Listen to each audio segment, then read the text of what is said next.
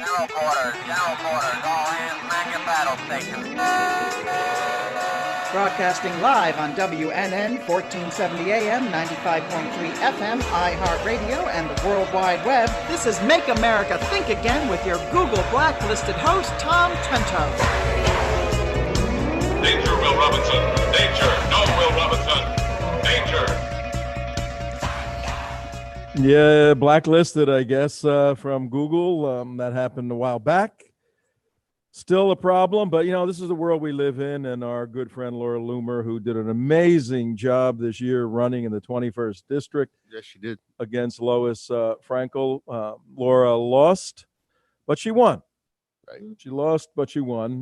Well, I look at it this way, Tom. Out of 331 million people in the United States, she finished second place. She got the silver medal, and just like in the Olympics, they all have their special events. She came in second place, and she earned it. She earned it in probably one of the most prestigious counties and political sections in the United States of America, Palm Beach County here. So she did an amazing job for first-time person. First-time person running in the election. That absolutely fantastic. It was amazing. But she, one of her issues, she dealt with local issues, obviously, but one of her larger issues was the censorship of big tech companies. Facebook, Twitter, YouTube, on and on and on and on. And she's been harping on this for about 5 years. In fact, she's been in the U.S. Congress, confronted Jack Dorsey, the head of Twitter, about 3 years ago, called him a liar, called him a fraud, the whole deal. Now, America's coming around to seeing what Laura saw 3 or 4 years ago. And if the president can prevail, I know my friends hate when I say if, but I'm a realist. We may win this thing. We may not. If the president prevails, then there's a chance that changing some of the legislation that will remove restrictions from people like us speaking freely, brought down upon us by these big tech companies. And that's in a U.S. code. We're not going to get into all of that today. We got other cool stuff to do, but if the Harris-Biden administration, and make no mistake about it, ladies and gentlemen, it's the Harris-Biden administration, because the Biden part of the Harris-Biden isn't going to be there too long. If they prevail, then Tom Trento, Suzi Gold, J. Mark will be arrested in 2021 for violating every sort of new speech law that is brought out through executive order, through local thank God we live in Florida. Florida is going to be the Alamo of the 21st century in many, many respects. And we're going to talk a lot about that in the days ahead. But hello, my missing Suzi Gold. You're on remote. You're on a remote location. How you doing? I'm doing great. Good morning, Tom. Good morning, everybody. Just getting over a cold, and I don't want to spread any germs anywhere to my good friends at the United West. So I'm staying home. I'm confining myself, just a cold, but hopefully we'll be back tomorrow. So I'm feeling much better. No fever, nothing, just like a little bit of a groggy throat. That's all. Okay. Well, what are you doing with your days? I mean, let us know what's going on. It's kind of boring. I miss you guys. I feel like something's missing out of my life. It's not the same, and what's great is to have the camaraderie, to be able to come in, talk about current events in an intelligent way. We don't scream, do we? We don't yell. Well, sometimes. No, we don't yell. We don't. There's no reason to. But here we are, you and I, New York, New Jersey, we talk over each other. I kind of miss that, we talk at the same time. And then Mark comes in, Midwest Mark. Midwest Mark, that works for him. Mark is always trying to say something and he can't get it in there. Get it in there. He's too polite. And then Damon, he's been bouncing around, but he'll be here. The whole crew will be here on Friday. We're having a big party to celebrate the amazing win that the United West was a small part, a significant part of in the state of Florida to get the president reelected. We had a great coalition of probably 15, 20 individuals, organizations, including the amazing Willie G. He'll be here on Friday after the show. Sue Trombino, on and on and on. An amazing team that did phenomenal work to get Donald Trump a significant win. We knew Trump had to win by 2-3 points to overcome the fraud, even though the fraud factor was decreased tremendously because of Ron DeSantis's work in 18 and 19 leading up to this, replacing in Broward, Dade, and Palm Beach the supervisors of elections who ran corrupt operations. In fact, in Palm Beach, he brought in the phenomenal Wendys Sartori Link, a Republican businesswoman, came over and he appointed her as the supervisor of elections. And what a phenomenal job she did in cleaning up Palm Beach. Yeah. And as it looks right now, Susie, what's the deal for Friday? For Friday, Blah blah blah blah blah blah. what's the deal for Friday? Blah. Oh, Wendy Sartori Link. by the way, Yeah, hold on. because- Before Well, we don't know. We didn't confirm yet, but. all right, I know, hold but, on. you know, I mean, Yeah, well, we did invite Wendy to come on the show on Friday, and we look forward to her joining us. That would be, for our 9 a.m. show, this show. So, which will be great. It'll be great to hear about how successful and to discuss the success of Florida, and also how great our election was. Great, at the end of the night, we knew who the winners were.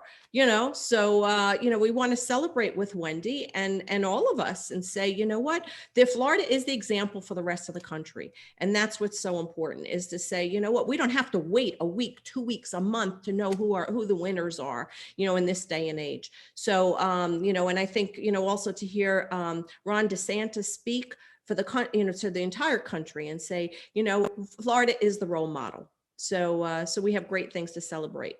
and we churned through the state 11 million votes. I mean, we're the third largest state in the nation, and we knew the results, but we knew by about 8:30, but they pushed Fox, it off a little bit. Yeah. We did find another voter. Another voter was uncovered the other day, Tom. What was that? Yeah, there he is. And he voted. 9:11 in the morning on WNN 1470 AM 95.3. We have on our screen, what you can see at theunitedwest.org. We have an individual. He's got one of those I voted things on his shirt, and he looks familiar. What is his name? What's his name? Is it Epstein? Oh, Jeffrey Epstein. Okay. He voted from the grave. He voted. Sure, everybody heard the joke about, my cousin voted Democrat. It blew my mind because he never would have voted that way if he was alive. He was alive, yeah, exactly. Yeah, I heard the joke because I told it right here on the air, but that's okay. Oh, by the way, I stole it. I do also. have one of the thing you're talking about Jack Dorsey earlier. I was trying to figure out what Jack Dorsey's the head of Twitter. All right, so I'm gonna do a share screen on this one. All right, that's Jack Dorsey. Okay. Now, What you're looking at is Jack Dorsey, and he's a hipster kind of guy. Had a little kind of goatee. What the heck is that? Little goatee. Well, he had a little Big goatee. goatee. This is a mujahideen. Now you got this guy here. Charles Manson. Okay, they look alike.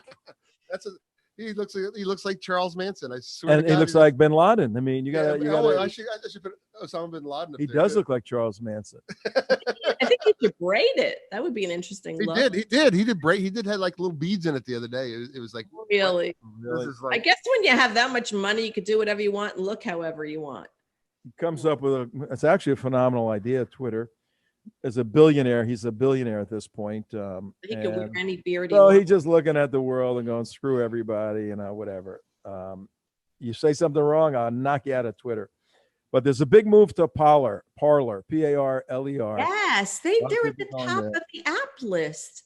Yeah. For the most numbers of joiners. In fact, there were some glitches on Parlor because so many people were going on. The system couldn't keep up. And Dan Bongino said that he's the owner of Parlor. Well, he's not the owner. He's one of the owners. He's one of the owners. He did say, he wrote, I saw that, I'm the owner, but he meant I'm one of the owners. One of the owners. And be patient if you go over to Parlor to try to sign up. It's just growing pains, tremendous growing pains. So if the president decides I'm jumping over, then I mean it's going to blow out all their switches and everything. Market. Yeah, but for those that don't know, it's like Twitter but better. It's easy to use, and there's no censorship. So there truly is freedom of speech, and nobody's monitoring to say that they don't want to hear what you have to say.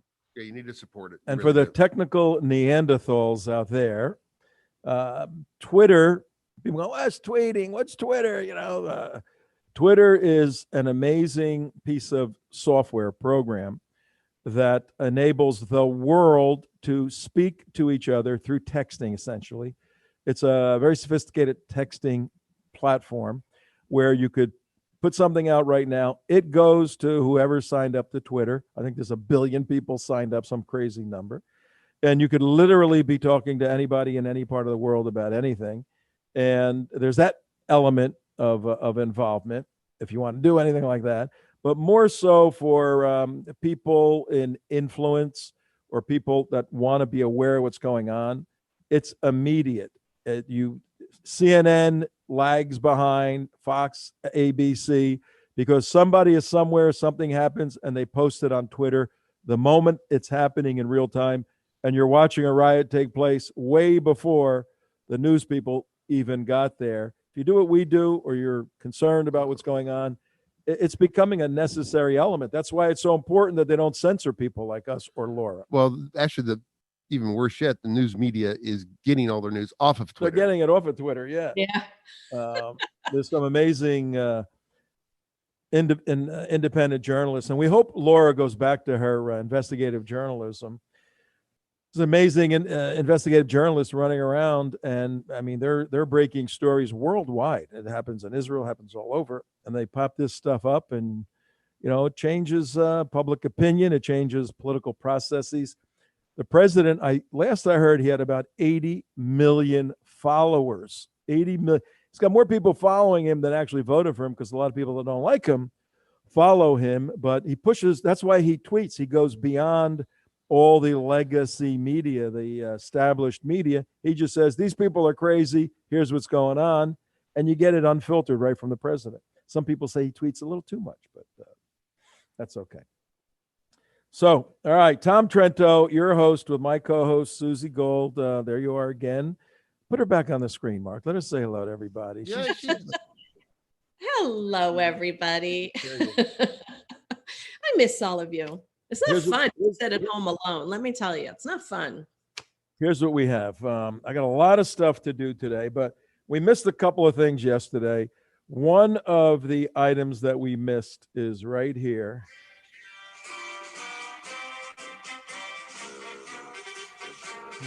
I know that one.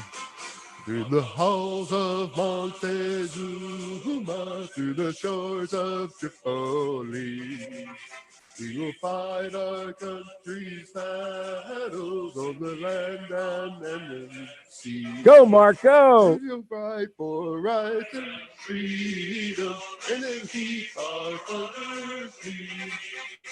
We are proud to bring the title of United States Marines. Yeah, the United States Marines.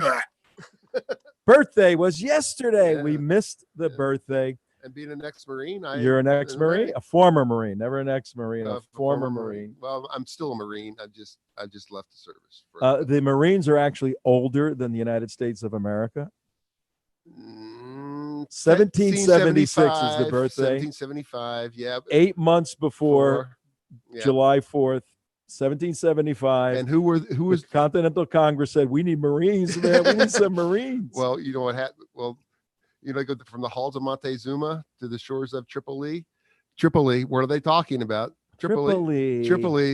Let's see. Christians, a bunch of Christians there, Christian pirates. The first war we ever fought was against Muslims in the War of 1812. 1812. What am I talking about? 1782, I think it was. Yes. Against the Barbary pirates. Coast of Muslim pirates. Right. And Muslim pirates. They basically were absconding with and taking hostage European and American ships and demanding money, payment. And everyone was doing it. I think it was Jefferson, right? Yeah, well, Jefferson and Adams and all of them were all together in it. And the whole reason that we formed the United States Navy was because they kept looting and pirating our ships, the Muslims. So we said, hey, we need something. So they passed a hat around in Philadelphia to build our first ship. And then they finally said, we need more ships. They keep attacking us. And that's the whole Barbary Wars was Barbary Wars, yeah. And it wasn't just little skirmishes. They were raiding and stealing all our supplies going from here and capturing our people and imprisoning them and making them slaves. Holding them for ransom. And Thomas Jefferson, a lot of Islamic people say, oh, Thomas Jefferson has a Quran. Well, yeah. He did. He got the Quran to figure out who the enemy is. You know, what do these people believe? What am I fighting here? And that book still exists. So happy birthday, all you jarheads yesterday and today, 11/11/11/11/11. Today is Veterans Day, and we have Mark here, a veteran for out of the Navy and the Marines. So all the veterans, we're congratulating them. Thank you, Mark, for serving. Yes, I have a little something on Veterans Day that we'll get to. Very interesting background on Veterans Day, how it came about. So that's one of the issues I want to deal with. But we also missed something else, Suzi Gold, our Torah observant Jewish woman. How did we miss this yesterday? Mary wants me to tell a story about the Leathernecks. Why they're called Leathernecks. Wait, Mary who? Mary who? she We disappeared. didn't introduce Mary yet for the day. Oh, look at the picture. That's pretty cool. Yeah. Is that that's in that's cool. All right, what I'm looking at. Mary's taking a little leave of absence for a while to do a few things. But she sent a picture. She's watching the show from her living room. So what did she want to say? Tell them about where the Leathernecks came from. That was they had to wear things because their heads were going to get chopped off by the Muslims. Yeah, right. So their necks. But we also missed yesterday a very important day, recognizing a day in history that is famous because it's bad. And Suzi Gold, you have a little something that you're going to share with us about the day. Tell us about the anniversary yesterday of what occurred and what the implications are even for today. Sure. So this week in 1938, the Nazis attacked the Jews in Germany, and what they did is there were a series of pogroms, and this became known. What's a pogrom? Pogrom is where there's looting and stealing, vandalism, destruction of, in this case, Jewish-owned businesses, synagogues, cemeteries, and homes. Basically, they went amok and went crazy, and the Germans attacked the Jews. It became known as Kristallnacht, which is also the night of broken glass. And it's given that word because of the shattered glass from all the littering in the streets, from all this vandalism and destruction. So as a result, there were untold numbers of deaths, rapes, and 30,000 Jewish men were transferred to concentration camps. So Kristallnacht marks the first instance in which the Nazi regime incarcerated Jews on a massive scale simply because they were Jewish. And from there, it got even worse. And it was considered a turning point in Nazi Germany's persecution of Jews, which culminated in the attempt to annihilate, because Hitler and the Germans and the Nazis wanted to annihilate all Jews, and in which 6 million Jews were exterminated in the Holocaust. So we have to learn from history. We have to learn about it to ensure that it doesn't happen again. So it's imperative to learn to remain vigilant in our fight against anti-Semitism so that such evil never occurs again.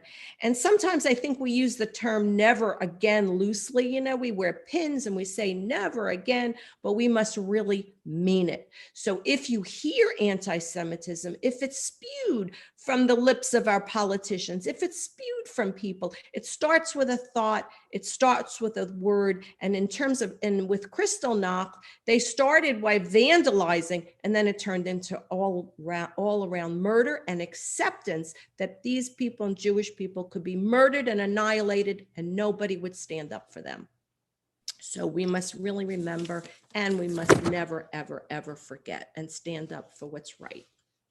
And you would think post World War II, the atrocities through the Holocaust. And if you have never been to a Holocaust museum, you need to come with us next summer when we go back to Israel. We're going, things will be much better than they are right now next summer. And we go to Yad Vashem. We go to the most significant Holocaust museum on the planet. And we've been there many times, and you get chills. I mean, you just walk through the place, and you can go in one room and spend a day in one room reading the memorabilia, the information, the actual items taken from the various prisons and homes. You need to do that. You need to get a dose of reality. If you can't make it to Israel, go to Washington, D.C. They have a phenomenal Holocaust museum in Washington, 4 floors. And there's various ones all around the country, but those two stick out in my mind as great. You can do a 1 year, minor degree on anti-Semitism, on the ideology that becomes integrated into a culture that leads to the destruction of people. How does a human being go from being a physician to taking the eyeballs out of babies and sticking pins in their eyes for the sake of the Nietzsche Superman? How do you do that? How does a human being do that? It doesn't happen overnight. There's a philosophical context. Then there's a support by the people in it. And sadly, you would think, in light of all of this, the anti-Semitism, anti-Semitic people, primarily Jewish people, Semites coming from the Middle East, you would think it would decrease because of the awareness we have of the attacks on this tiny group of people. If you want to do something today for our listening audience at 9:26 in the morning, Tom Trento, your host with Suzi Gold, 95.3 and 1470 AM. If you want to do something interesting today, ask somebody, how many Jews are there in the world? How many Jewish people in the whole wide world? How many? And aren't there like billions? Because everybody's talking about the Jews all the time. There must be billions. They got this money. They build buildings. They do that. There's science. There's got to be 10 billion, right? What is the real answer, Suzi Gold? There's approximately 16 million, which is really interesting because 16 billion? 16 million. Million with an M. And Israel's not even the size of Rhode Island. It's a little teeny weeny country in the sea of all these Arab countries. Well, Florida population is 19 million. 21 million. 21 million. We're 21 million, and there's 16 million Jews. More people in Florida than all the Jews in the world. That's amazing. This is an interesting number, right? 6 million Jews in America. Right. About 6 million, maybe 6.5 million in Israel. And then a smattering, is that the right word? Smatter? Yeah, smattering. Sounds like the right word. Around the rest of the world. And we were kicked out of every country in the world. All those Arab countries kicked us out. Hardly anybody left. And now in Europe, a lot of Jews are emptying out because of the anti-Semitism. And it's out in public. You can't wear a yarmulke in many countries because you put your life at risk. There are many students in the United States that are on university campuses that will not wear a yarmulke, will not wear a Jewish star because they may be attacked because of it. So, we're seeing it here in this country. We heard about it in, Ilyar Omar made her comments from Congress and others. So, and we got rid of the guy. We just got rid of that guy down in Boca. Oh, the Principal Latch, Latson. Who said that he couldn't say that the Holocaust occurred. Well, you hear what happened yesterday? I never heard. I knew that I thought it was today. Well, last Monday was the another one of his hearings, and that's where Michelle Terrace and Karen and Sophie and everybody went to, Siggy and all this.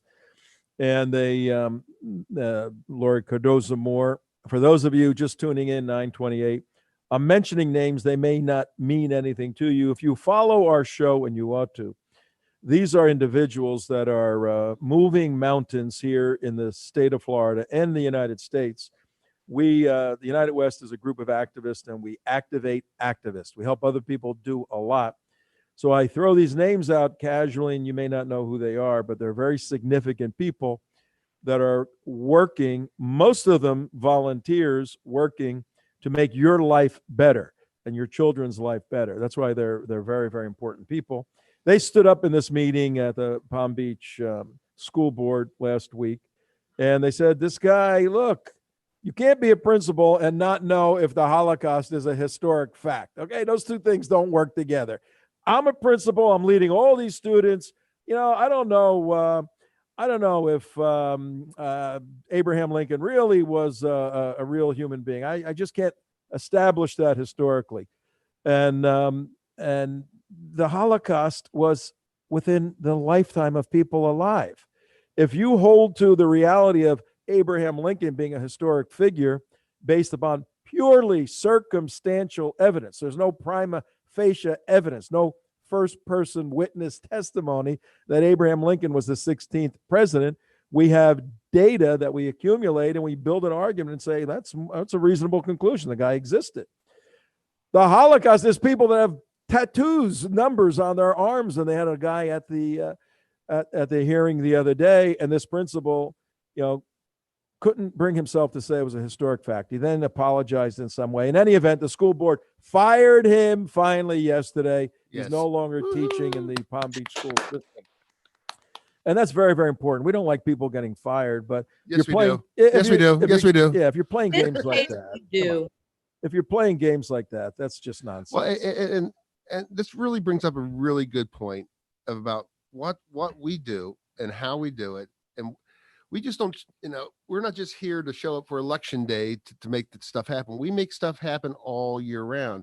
And on election day, we get the results.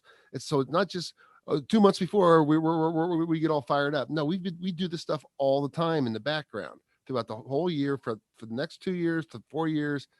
And that's the reason you're slowly seeing the numbers drift up towards our side in Palm Beach, in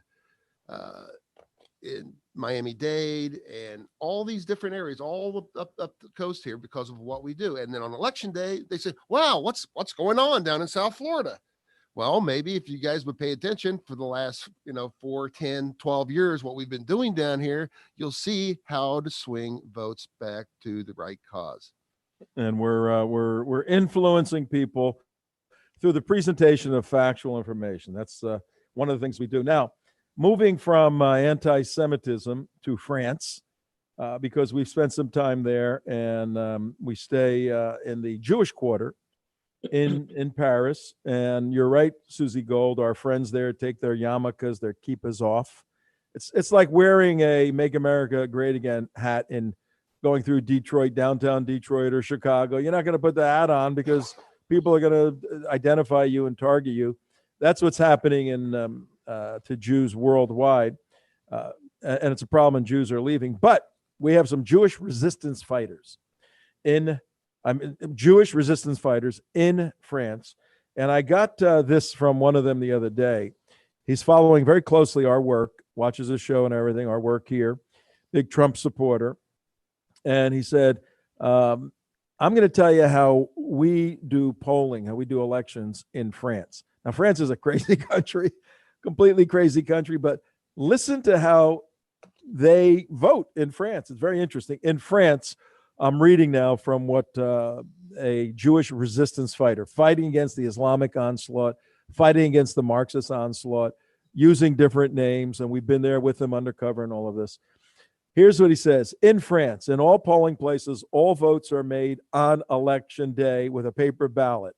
All voters have to show their ID to the officials. Already, we're off the base here. To sign the electoral roll, their signature has to match a signature on the electoral roll. Then the envelope in which the voter has inserted the paper ballot is put by the voter into a transparent plastic ballot box where it stays until the end of the voting hours. Then the officials take the envelopes out, and they count them 3 times. They count the envelopes 3 times. Then they're opened and read publicly. 4 people write down, this is why the bureaucracy is, 4 people write down which candidate was on the ballot. And at the end, 4 people compare their numbers they have for each candidate check their total that matches the total number of envelopes. Then the officials certify the results, which are then sent to the prefecture, which transmit them to the Interior Ministry.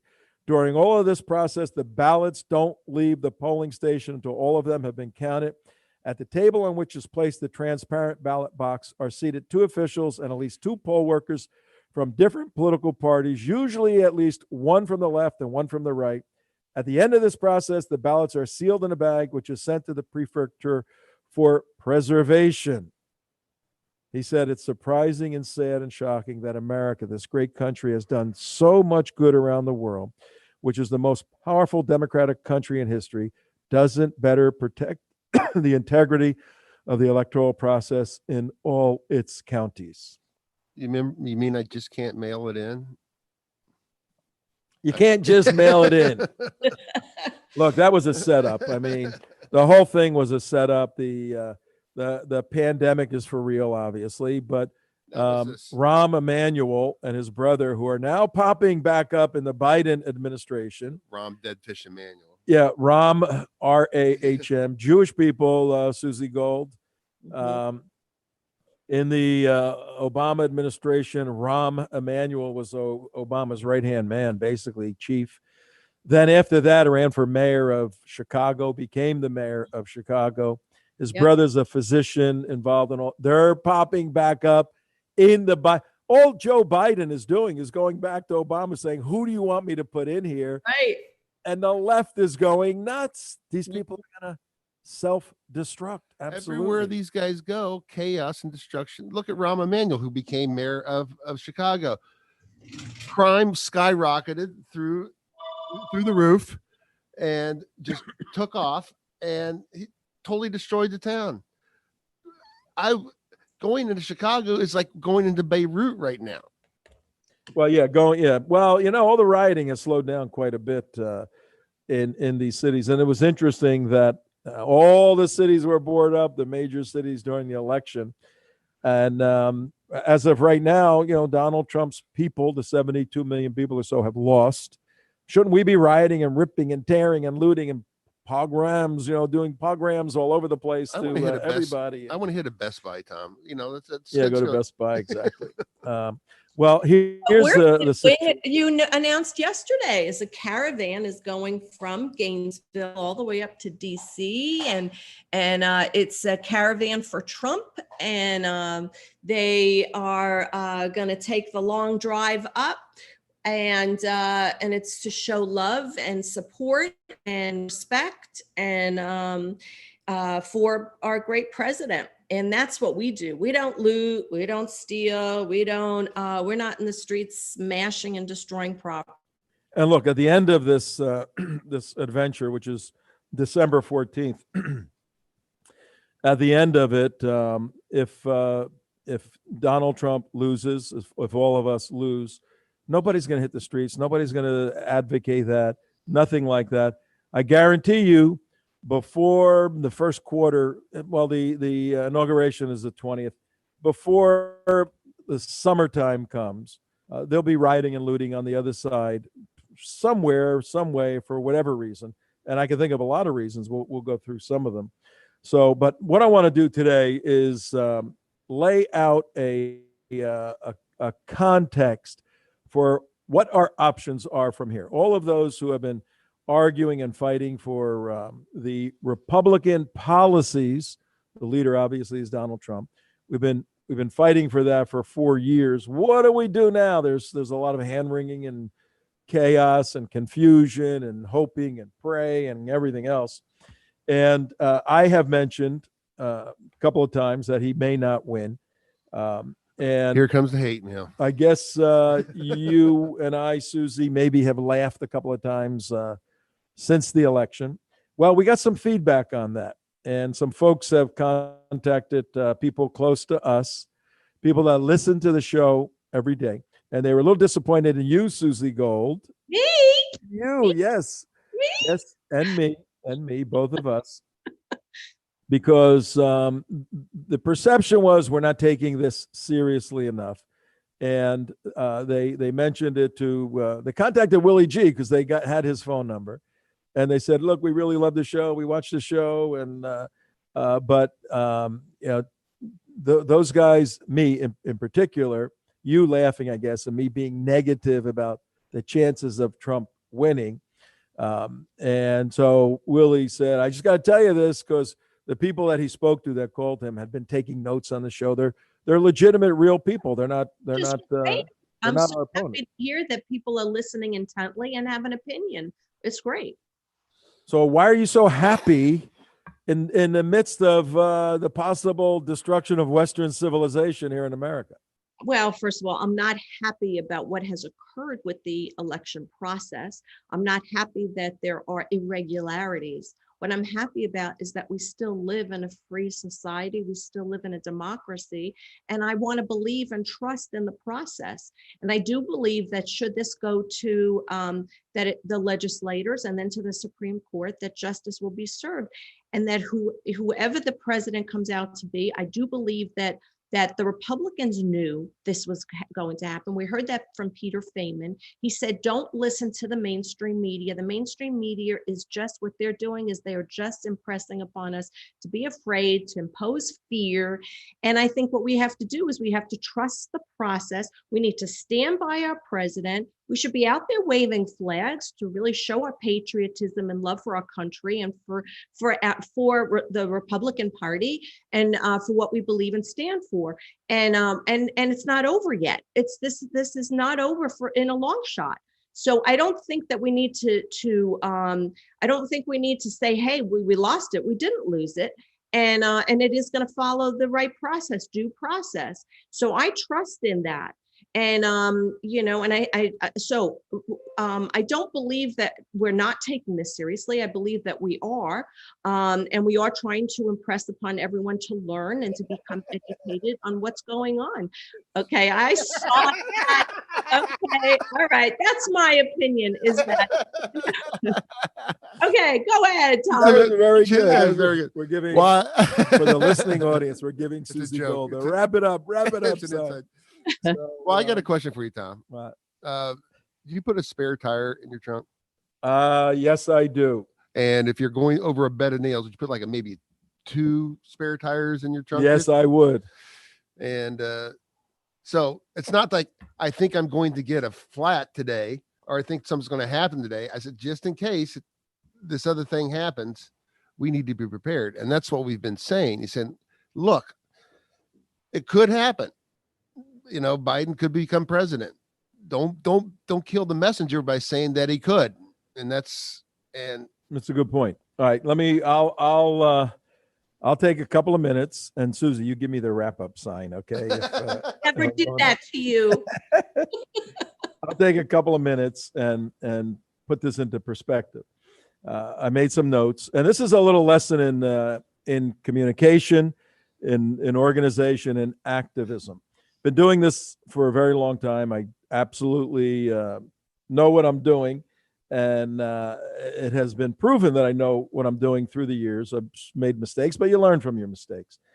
But I'm going to lay out a couple of notes I have, then I'll put them all together, and it'll answer the folks that are questioning our style of dealing with this situation. But it'll take it a step further than that. It'll lay out a sober and a very realistic template for moving forward. Whether we like it or not, the sun is going to set tonight and raise tomorrow. It's going to be another day, and January 20th is going to come, and somebody we want to be the president may not be, and then the 21st is going to be here, and we got to be ready for these things. So I have as a big idea for our show today, 1 week after the election, a few more days than a week. Fight and expose. Fight and expose. That's the big idea. Those of us who are arguing for the Judeo-Christian moral beliefs as articulated in the Constitution that found their way to the Republican platform. Every one of those words I just spoke are chosen very, very carefully. There's unchanging, timeless truths in the Bible. The framers, those who helped frame the country, the founders, those who were there, the original guys that gave their life, their sacred honor, their fortunes, everything. These guys understood it, and they built a country upon the solid rock of biblical truth. Undeniable as a historic fact, number one. The Constitution had to have a secular component to it because they came out of England not wanting to have a religious state controlling the mind of people. So the Constitution becomes a document that encapsulates these beliefs, and that has proven itself through trials and tribulations for 244 years. It's under attack now.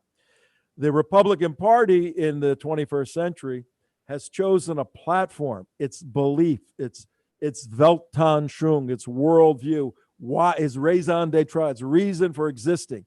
It's taken that information and said, this is what we believe about human life, about the sovereignty of a country, about the economic system, about the interrelationship of humans to one another. This is what we believe. You could read it.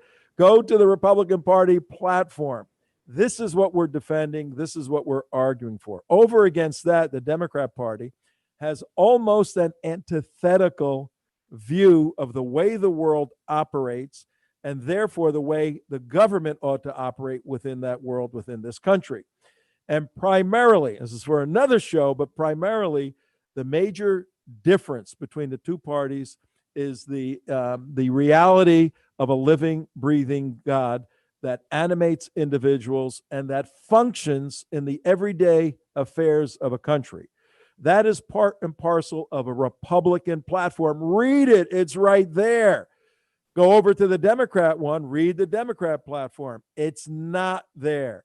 They've secularized completely their political philosophy. This is why there can't be clear communication between a Democrat and a Republican who are holding to their principles, because they're arguing from two completely different worlds.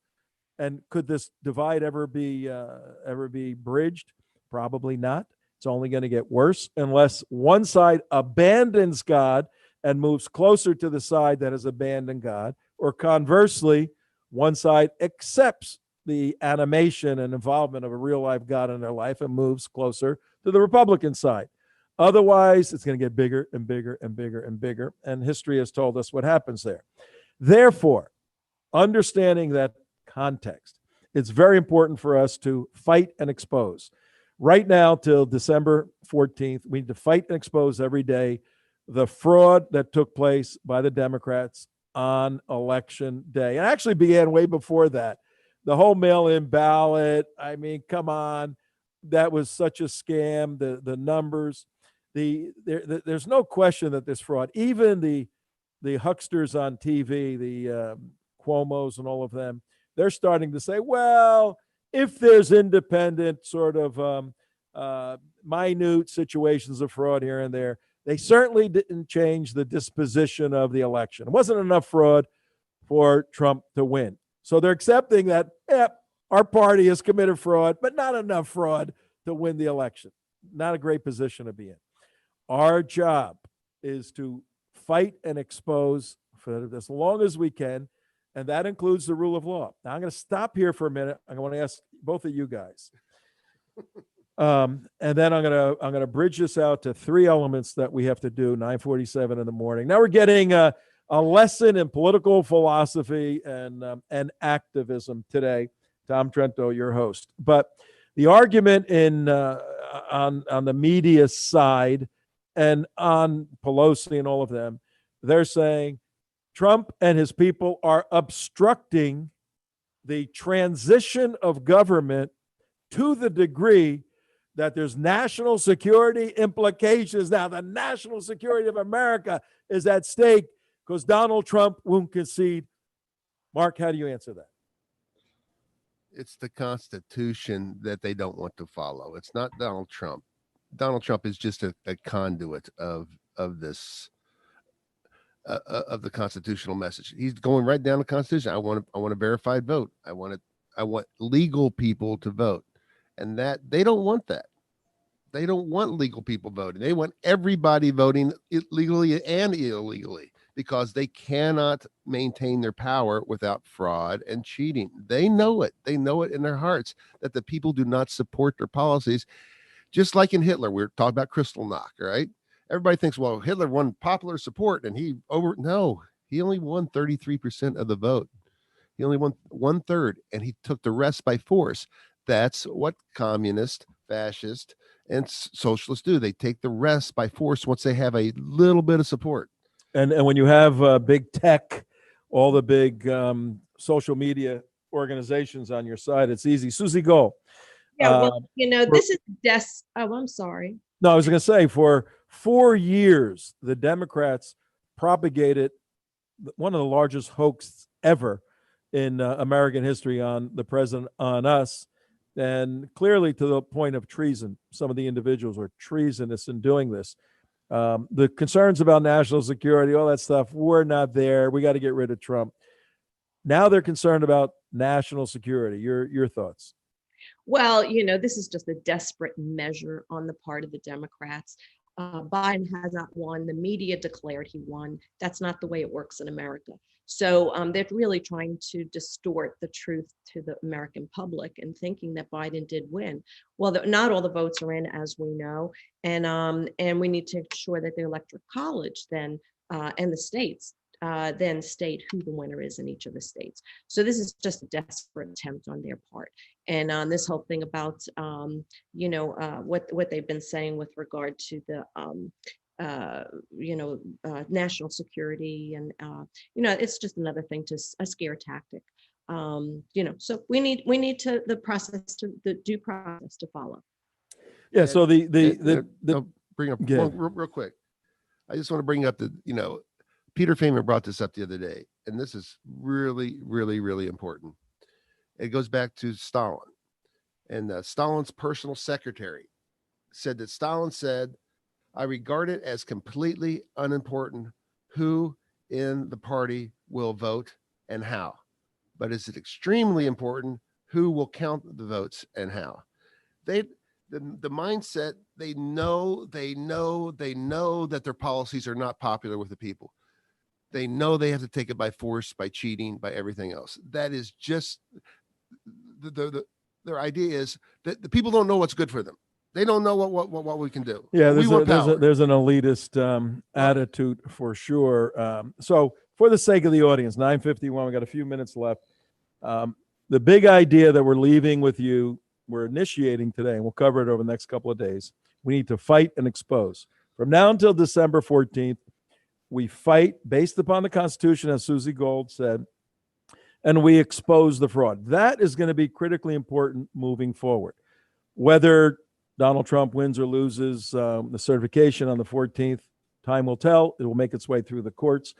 If he loses, and here's where some of our friends don't want us talking. Don't even think about that. You got to think positive.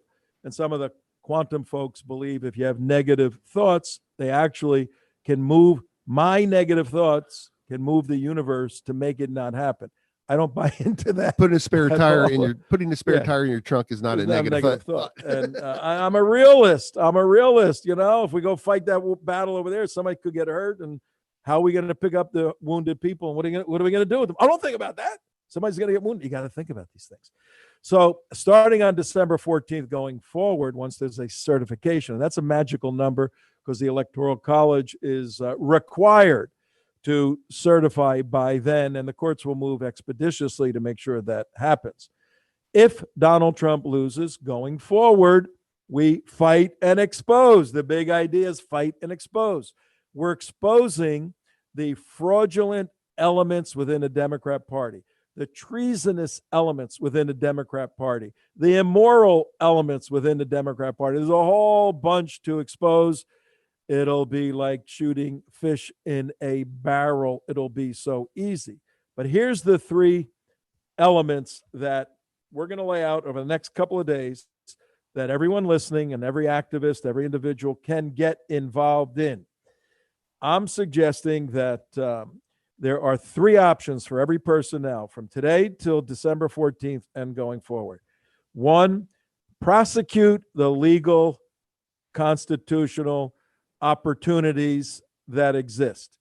when all these pundits start talking on TV, I want to ask them a couple of questions. I have long argued the Socratic method. Instead of when people say stuff, instead of me answering them, I ask questions. What do you mean? How do you know? Then so what? 3 questions. I'll teach it someday.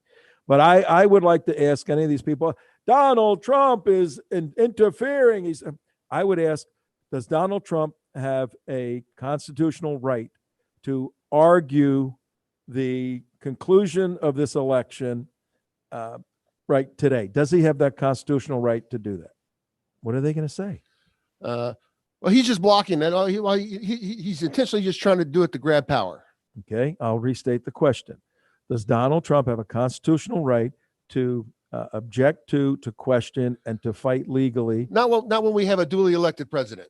Okay, I'm going to ask you one more time. And then if you still play games, then you've concluded that you agree with me. He has a constitutional right. One more time. They'll do the same thing Mark just did. I'll say, okay, we both agree that he has a constitutional right. Why don't you want to allow him to have his constitutional right? Oh, because it's interfering. And then they get into all that stuff again. And the answer is so. He has a yeah, but the need of the moment, the national security need is greater than his constitution. No, it isn't. His constitutional right is a real live offense occurring right now. And your supposed national security disaster is in your mind.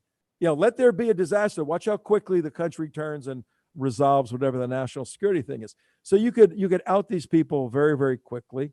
And the 3 elements, and I'll pick up on them tomorrow. We got to fight and exhaust the legal remedies to December 14th.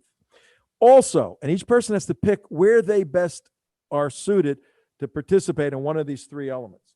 Also, there's Georgia. We got to get involved in Georgia and get the 2 senators elected there. Very, very important. And the 3rd element is we've got to start planning. And here's where I lose some friends. We got to start planning for an assault in the event the Harris-Biden administration prevails. What is going to be our political assault on this administration to disrupt, disable, destroy them?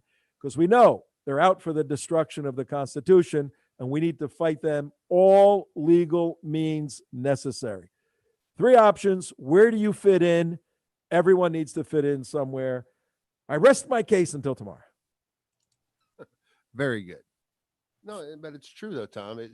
Let's give Suzi the final word. Let's give Suzi the final word here. You got about a minute, Suzi. I think what's great. Okay, wrap it up. Go ahead. We have a plan of action. We're not just sitting back and laughing and just saying, doing nothing, but that we can be proactive. And I think that what you stated, Tom, is a great way for us to be proactive. And we should choose what it is that we're going to be involved with, and make sure that we steer our country in the direction that it needs to go in. The politicians report to us; they work for us. So we need to go make sure that we tune in and stay with the UnitedWest.org so that we keep on track together with unity, and we will prevail, because this is America. And go to that website and hit the donate button, please. Yeah, and one of the things that I've said before is that first, we were working towards this election. We did great in Florida, and it's yet to be told with how the story will end for the country, or where it will go with the country. But regardless, the United West has important work that needs to be done. We're still going to be effective in many, many ways to help our country, and to ensure that we do not go towards the path of Marxism and socialism. And what we need is your dollars. We need to make sure that you donate to us so that we can continue to do the good work that we do. Amen. Please donate. Thank you. All right. Good show, everybody. See you tomorrow.